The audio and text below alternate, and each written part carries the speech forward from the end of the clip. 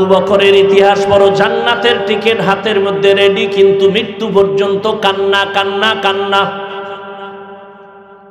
জান্নাতের টিকিট হাতে পাইয়া ওমরের জীবনের কান্নার আওয়াজ, সাহাবায়ে কেরামের কান্নার আওয়াজ,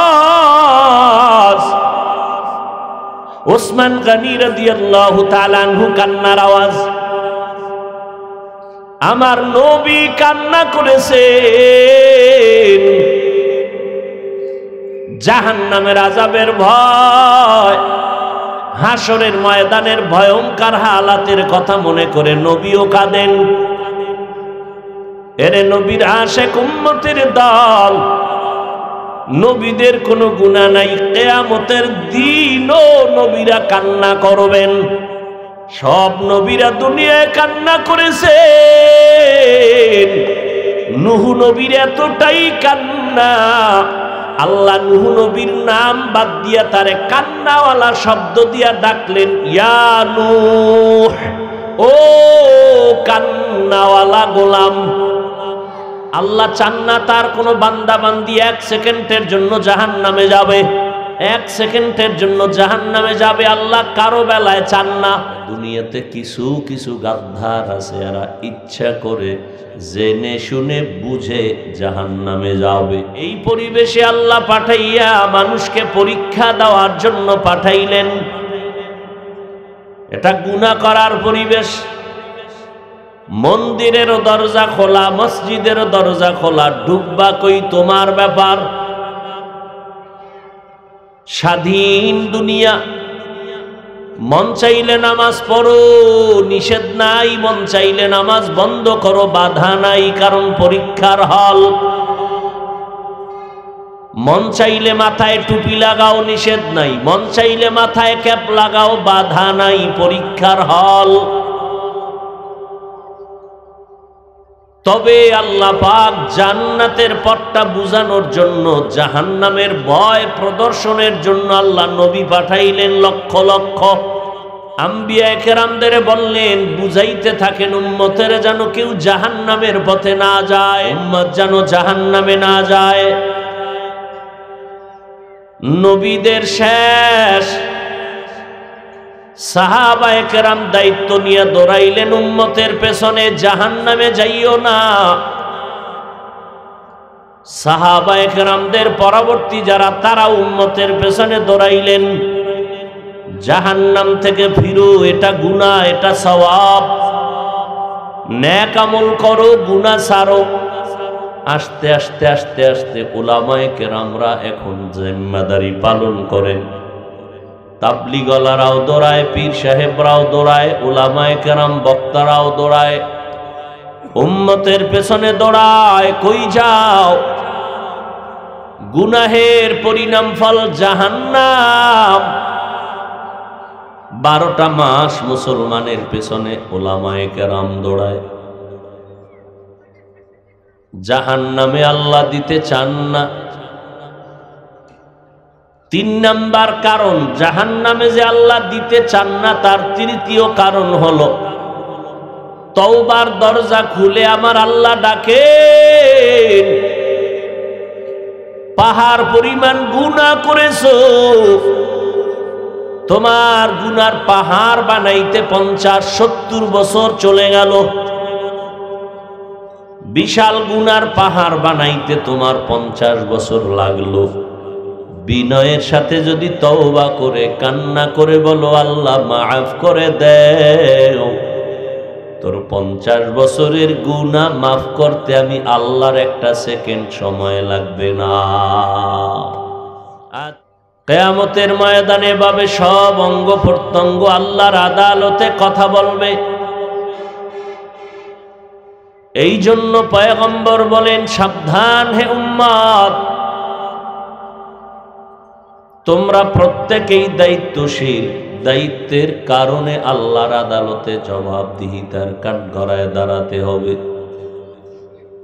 অতএব দুনিয়াতে থেকে তোমার দায়িত্ব তুমি যথাযথ পালন করে নাও। আল্লাহ কোরআনে হাকিমের তেলাওয়াতকৃত আয়াতের মধ্যে মুমিনদের দুটো কর্মসূচি দিয়েছেন। ইয়া আইয়ুহাল্লাযীনা আমানুত্তাকুল্লাহা হাক্কা তুকাতিহি ওয়া লা তামুতুন্না ইল্লা ওয়া আনতুম মুসলিমুন।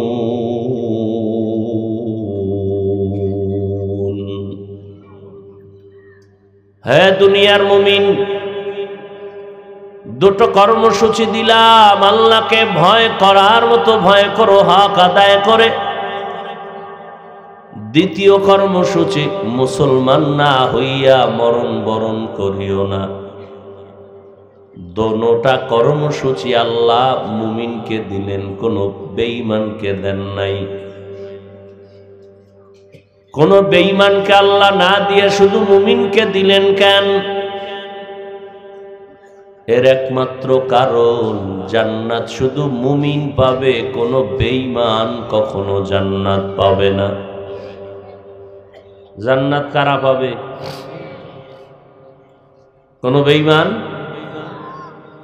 মুমিনেরাও যে জান্নাত পাবে, বহু হিসাব। এই যে আমরা এখানে বসে আছি, আমরা মুমিন, আমরা মুমিন হয়েছি, তবে আমাদেরও জান্নাত পাইতে অনেক ব্যাগ পেতে হবে, খবর হবে। কারণ রহমতের নবী বলেন, ও উম্মতের দল, আমার আগে বনি ইসরাইল, ঈসা নবীর উম্মত, মূসা নবীর উম্মত,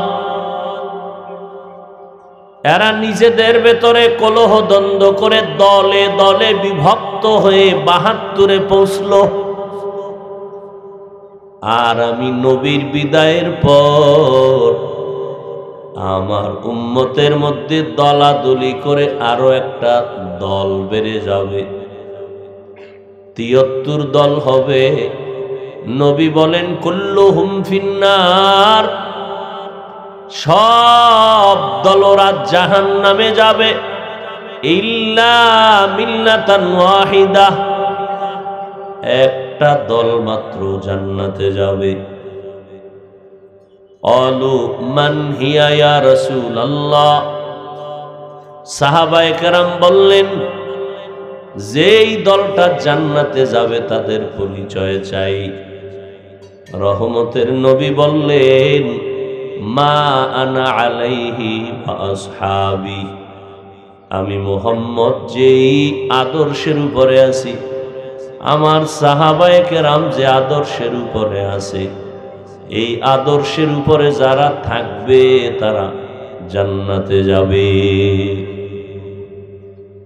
আচ্ছা, নবী যদি বলতেন, এই আমি মুহাম্মদকে যারা মেনে চলবে তারা জান্নাতে যাবে,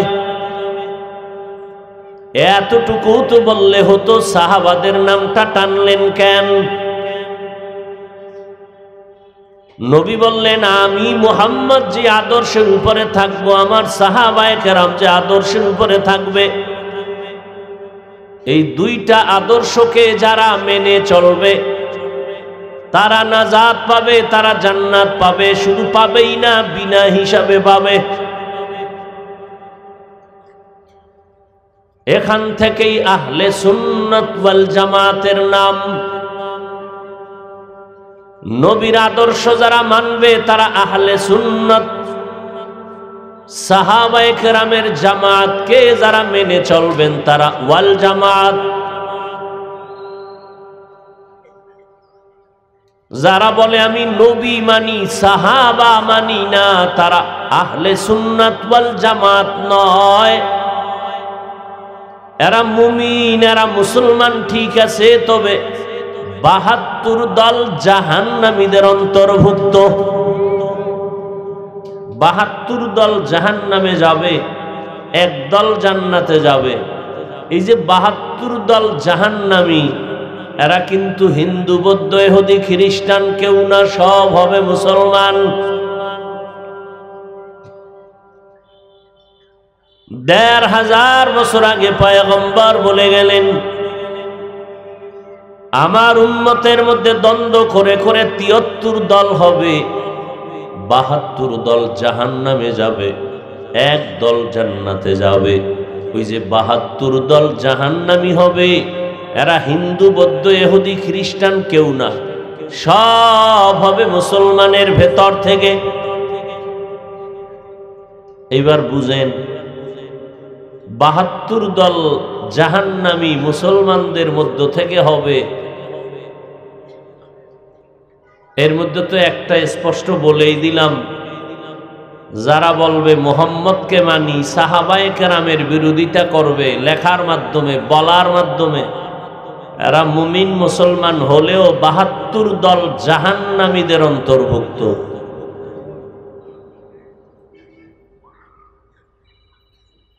আল্লাহ মুমিনকে কর্মসূচি দিলেন, জান্নাত মুমিন পাবে, কোনো বেঈমান কখনো জান্নাত পাবে না। তবে এটাও ভালো করে মনে রাখবেন, আল্লাহ কোনো বেঈমান কেন, মুমিন কেন, কাউকে একটা সেকেন্ডের জন্য জাহান্নামে দিতে চান না। আল্লাহ চান না তার আদরের কোনো গোলাম জাহান্নামে যাক। সে ধর্মের লাইনে হিন্দু, বৌদ্ধ, ইহুদি, খ্রিস্টান যাই হোক, বান্দা কার? আর ভাই কথা বলেন, আল্লাহ চান না তার কোনো বান্দা বান্দি এক সেকেন্ডের জন্য জাহান্নামে যাবে, এক সেকেন্ডের জন্য জাহান্নামে যাবে। আল্লাহ কারো বেলায় চান না। তো জাহান্নাম বানাইলেন কেন? দুনিয়াতে কিছু কিছু গাদ্দার আছে, এরা ইচ্ছা করে জেনে শুনে বুঝে জাহান্নামে যাবে, ইচ্ছা করে যাবে। আল্লাহ যে জাহান্নামে দিতে চান না, এর একবার পরিবেশটা বড় নাপাক। এই পরিবেশে আল্লাহ পাঠাইয়া মানুষকে পরীক্ষা দেওয়ার জন্য পাঠাইলেন। এটা গুনাহ করার পরিবেশ। মন্দিরেরও দরজা খোলা, মসজিদেরও দরজা খোলা, ঢুকবা কই তোমার ব্যাপার। স্বাধীন দুনিয়া, মন চাইলে নামাজ পড়ো, নিষেধ নাই, মন চাইলে নামাজ বন্ধ করো, বাধা নাই, কারণ পরীক্ষার হল। মন চাইলে মাথায় টুপি লাগাও, নিষেধ নাই, মন চাইলে মাথায় ক্যাপ লাগাও, বাধা নাই, পরীক্ষার হল। তবে আল্লাহ পাক জান্নাতের পথটা বুঝানোর জন্য, জাহান্নামের ভয় প্রদর্শনের জন্য আল্লাহ নবী পাঠাইলেন লক্ষ লক্ষ। আম্বিয়া কেরামদের বললেন, বুঝাইতে থাকেন উম্মতের যেন কেউ জাহান্নামের পথে না যায়। সব নবীরা মেয়ে ছেলে ঘর সংসার বাদ দিয়া উম্মতের পেছনে দৌড়াইলেন আজীবন। কেন? উম্মত যেন জাহান্নামে না যায়। নবীদের শেষ, সাহাবায়ে কেরাম দায়িত্ব নিয়ে দৌড়াইলেন উম্মতের পেছনে, জাহান্নামে যাইও না। সাহাবায়ে কেরামদের পরবর্তী যারা, তারা উম্মতের পেছনে দৌড়াইলেন, জাহান্নাম থেকে ফিরো, এটা গুনাহ, এটা সওয়াব, নেক আমল করো, গুনাহ ছাড়ো। আস্তে আস্তে আস্তে আস্তে উলামায়ে কেরামরা এখন জিম্মাদারি পালন করেন। তাবলীগওয়ালারাও দৌড়ায়, পীর সাহেবরাও দৌড়ায়, উলামায়ে কেরাম বক্তারাও দৌড়ায়, উম্মতের পেছনে দৌড়ায়। কই যাও? গুনাহের পরিণাম ফল জাহান্নাম। 12টা মাস মুসলমানের পেছনে উলামায়ে কেরাম দৌড়ায়। জাহান্নামে আল্লাহ দিতে চান না। 3 নাম্বার কারণ, জাহান্নামে যে আল্লাহ দিতে চান না তার তৃতীয় কারণ হলো, তওবার দরজা খুলে আমার আল্লাহ ডাকেন। পাহাড় পরিমাণ গুনাহ করেছো, তোমার গুনার পাহাড় বানাইতে 50-70 বছর চলে গেল। বিশাল গুনার পাহাড় বানাইতে তোমার 50 বছর লাগলো। বিনয়ের সাথে যদি তওবা করে কান্না করে বলো, আল্লাহ মাফ করে দেও, তোর 50 বছরের গুনাহ মাফ করতে আমি আল্লাহর একটা সেকেন্ড সময় লাগবে না। আতিনা ফি দারে দুনিয়া না হাসান, আতিনা ফি দারে উকবা না হাসান, ইয়া গিয়াসাল মুস্তাগীসিন ইহদিনা লাফতিখারা বিল উলুমি ওয়াল গিনা। হর গোরি দেনে কো তু তৈয়ার है, जो न मांगे उससे तू बेजार है। আল্লাহ জাহান্নামে কাউকে দিতে চান না। তওবার দরজা তো খুলে রাখছেন, শুধু তাই না, প্রত্যেকটা রাত আমার আল্লাহ প্রথম আসমানে এসে তার বান্দাকে তওবার দিকে ডাকতে থাকেন। অতিও গভীর হয় রজনী যখন, নীরবে প্রভুর নাম জপিও তখন। প্রভুর করুণা যদি পাইবারে চাও, গভীর রাতে উঠে প্রভুর গুণগান গাও। জাহান্নামে আল্লাহ দিতে চান না, বানাইলেন কেন? কয় কিছু গাদ্দারেরা ইচ্ছা করে জাহান্নামে যেতে চায়। নমরুদের নবী ইব্রাহিম কম বুঝায় নাই, জেনে শুনে বুঝে নমরুদ জাহান্নামের পথ ধরলো, নবীকে কথা মানে নাই। ফেরাউনকে মুসা নবী কম বুঝায় নাই, জেনে শুনে বুঝে ফেরাউন জাহান্নামের পথে চলে গেল। আবু জাহালকে নবী কম বুঝান নাই, আবু জাহাল নবীর বিরোধিতা করে জেনে শুনে বুঝে জাহান্নামের পথে চলে গেল। এখনো আমাদের সমাজে বহু আল্লাহর গোলাম পাওয়া যাবে, হাসতে হাসতে কথায় কথায় বলে এত ইবাদত করে লাভ কি, এত ওয়াজ মাহফিল দিয়া কি লাভ, এত বয়ান শুনে কি লাভ হবে, এত মাদ্রাসা দিয়া কি লাভ, এত বক্তাদের বয়ান শুনে কি লাভ। ওই গাদ্দার ওই নিমক হারাম কোনোদিন বলে নাই এত সিনেমা হল দিয়া কি লাভ। ওই গাদ্দার কখনো বলে না এত যাত্রা গান দিয়া কি লাভ। ওই গাদ্দার নিমক হারাম হাসতে হাসতে বলে সব যদি জান্নাতে যায় জাহান্নামে যাবে কে? আল্লাহকে তোর মতো বেঈমানের জন্য আমি জাহান্নাম বানাইছি। যেহেতু তুই জেনে শুনে বুঝে জাহান্নামে যেতে চাও, একটু গিয়ে দেখ কত ধানে কত চাল রেডি থাক। জাহান্নামটা কেমন ভয়ঙ্কর অবস্থা বুঝে নে। কিন্তু আমি তওবার দরজা খুলে রাখলাম, আসো। আমি আল্লাহ চাই না কেউ জাহান্নামে যাবে। আল্লাহ মুমিনদেরকে দুইটা কর্মসূচি দিলেন, আমাকে ভয় করো, ভয় করার মতো হক আদায় করে। সাহাবায়ে কেরাম পেরেশান হয়ে গেলেন। আল্লাহকে হক আদায় করে ভয় করাটা সম্ভব না, কোন বান্দা বান্দির দ্বারা অসম্ভব। নবীজিও বুঝে ফেললেন, ঠিকই তো, আল্লাহ যত বড় ওই পরিমাণ ভয় কেউ করতে পারবে না। পেরেশান হয়ে গেলেন নবী। আল্লাহ জিব্রাইল আমিনকে পাঠায় বলেন, ও জিব্রাইল, নবীর কাছে গিয়া সালাম দেও, জানায় দাও, সান্ত্বনার বাণী পৌঁছাইয়া দাও, ইত্তাকিল্লাহা মাস্তাতাতুম। হক আদায় করে ভয় করা লাগবে না, বরং নবী আপনি জানায় দেন যার যার সাধ্য মতো যেন আল্লাহকে ভয় করে। সবাই আশ্বস্ত হলেন, হ্যাঁ আমাদের সাধ্য মতো আল্লাহকে ভয় করাটা সম্ভব। দ্বিতীয় কর্মসূচি, মুসলমান না হইয়া মরিও না।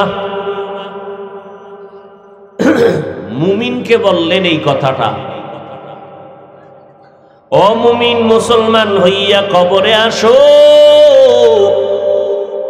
মুসলমান না হওয়া পর্যন্ত মরণ বরণ করিও না। কথাটা বেঈমানকে বললে বোঝা যাইতো আমরা যারা মুমিন আমরা তো যেমন মুমিন তেমন আবার মুসলমান, কিন্তু আল্লাহ আমাদের বললেন ও মুমিন, মুসলমান না হইয়া মরণ বরণ করিও না। তাহলে বোঝা গেল কেমন যেন আমরা মুমিন হতে পেরেছি, মুসলমানের খাতায় এখনো নাম লেখাতে বুঝি পারি নাই। আল্লাহ অন্য আয়াতে বলেন ইয়া আইয়ুহাল্লাযীনা আমানু দুখুলু ফিস-সিলমি কাফা ওয়া লা তাত্তাবিউ খুতুওয়াতিশ-শাইতান ইন্নাহু লাকুম আদুউম মুবিন।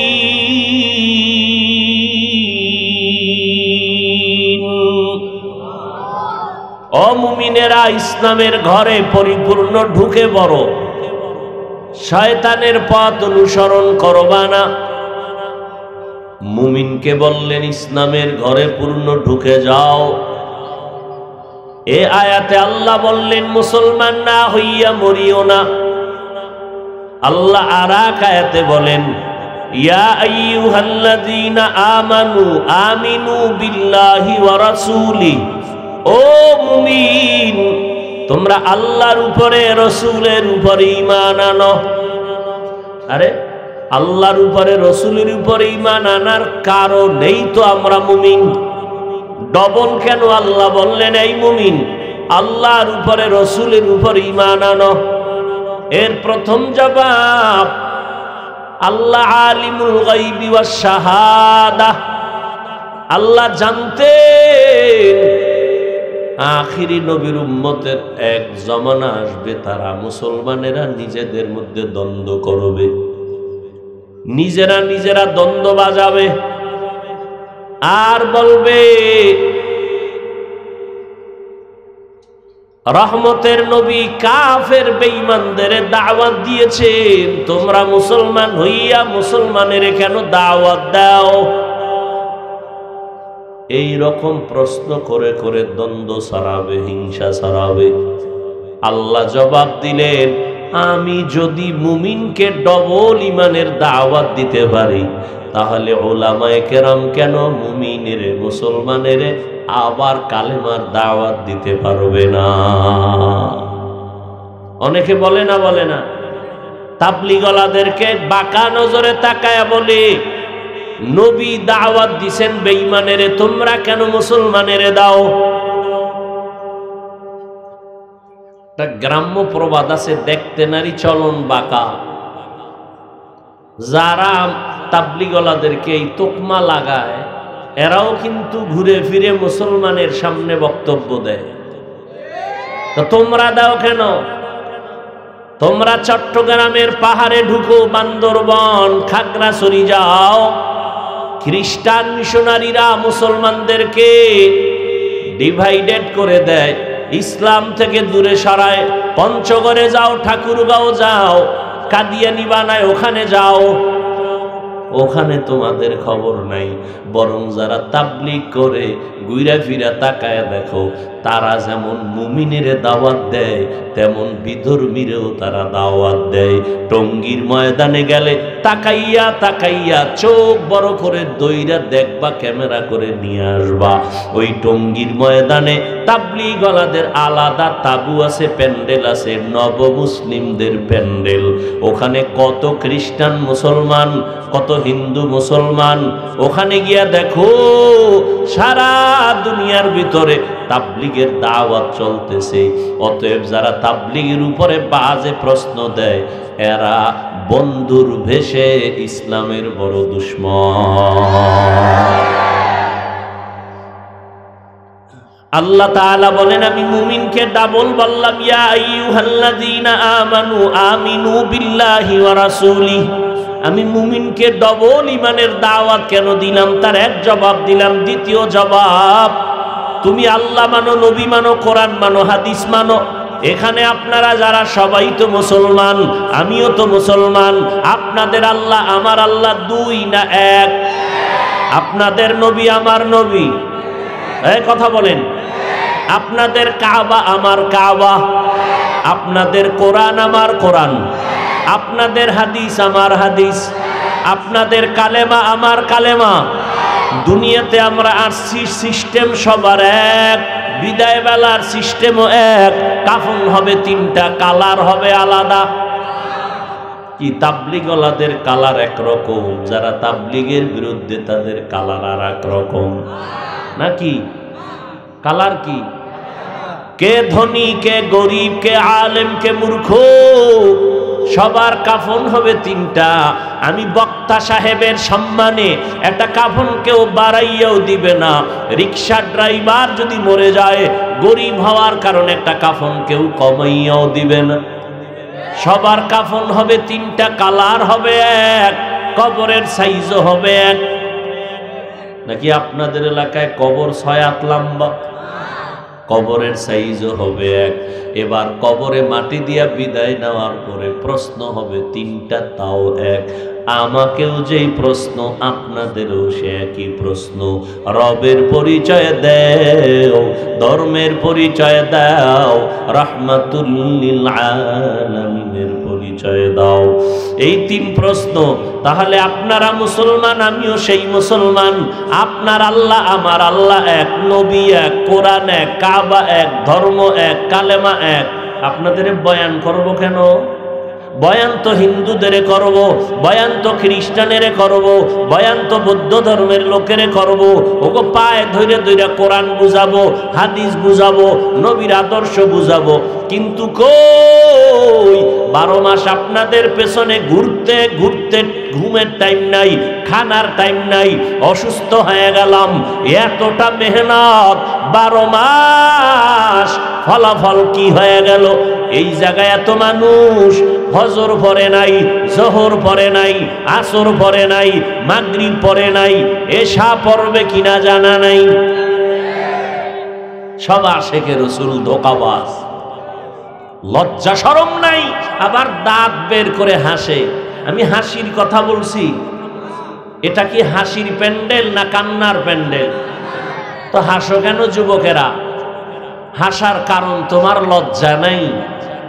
1500 বছর আগে রসুল বলে গেছেন, লা ঈমানা লিমান লা হায়া আলা, যাদের লজ্জা নাই ওদের ঈমান নেই। যা বলেছি তাতে কান্না করা দরকার। হাসো কেন? কয় লজ্জা নাই এজন্য হাসি। এটা তো কান্নার প্যান্ডেল। কিন্তু দুঃখ, কান্নার খবর নাই। অথচ রহমতের নবী আমার, এমন একজন নবীর ইতিহাস বাড়লে বাইর করিয়া দেখাও, যেই নবীর জীবনে কান্না করেন নাই, দেখাও। সব নবীরা দুনিয়ায় কান্না করেছে, নূহ নবীর এতটাই কান্না, আল্লাহ নূহ নবীর নাম বাদ দিয়া তারে কান্নাওয়ালা শব্দ দিয়া ডাকলেন, ইয়া নূহ, ও কান্নাওয়ালা গোলাম। কোন বেঈমানের বাচ্চাগুলো তোমাদের বলছে কান্না লাগে না?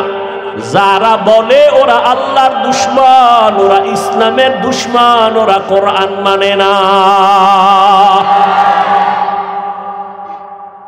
আল্লাহ কয় ফালিয়াজহাকু কালিলা ওয়ালিয়াবকু কাসীরা। আল্লাহ যদি বলতেন হাসিও না, কাঁদো, এক ব্যাখ্যা। কিন্তু এখানে কি বলছেন? কম হাসো, বেশি কাঁদো। বেশি মানে কি? 1 ঘন্টা, 2 ঘন্টা? ওই নিমক হারাম মানুষ, তোমার শ্রেষ্ঠ নবী যার গুনাহ নাই, সেই নবী যদি কান্না করে, তুমি কে? তোমার কলবটা আসলে পশুর থেকেও খারাপ। তোমার চোখে পানি নাই, তুমি এত বড় নিমক হারাম কপাল পোড়া, নিজেও কাঁদো না, কারো কান্না দেখলেও পছন্দ করো না। তুমি শুধু কপাল পোড়া না, তুমি পৃথিবীর নিকৃষ্ট কপাল পোড়া।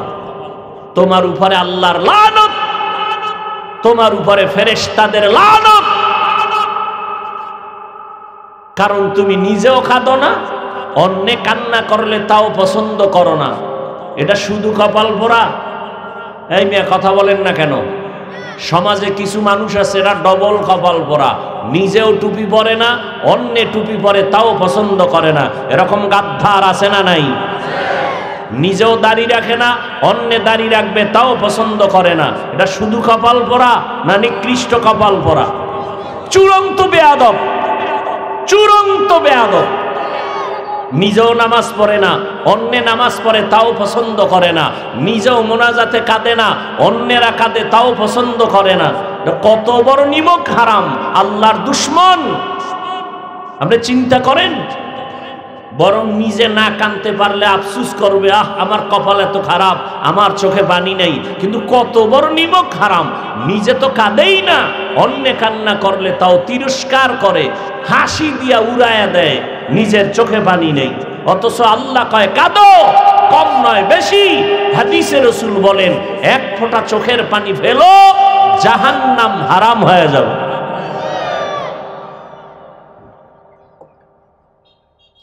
আর কিছু নিমক হারাম মুনাফিক, এরা আবার বয়ান দেয় নবী কাঁদে নাই। তুমি ইতিহাস জানো?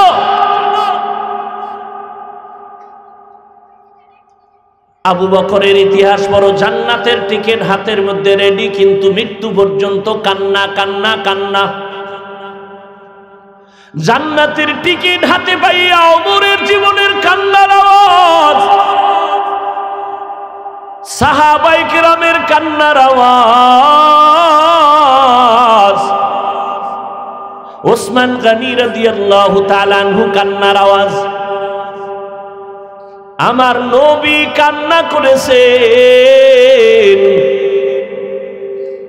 জাহান্নামের আযাবের ভয়, হাসরের ময়দানের ভয়ঙ্কর হালাতের কথা মনে করে নবীও কাঁদেন।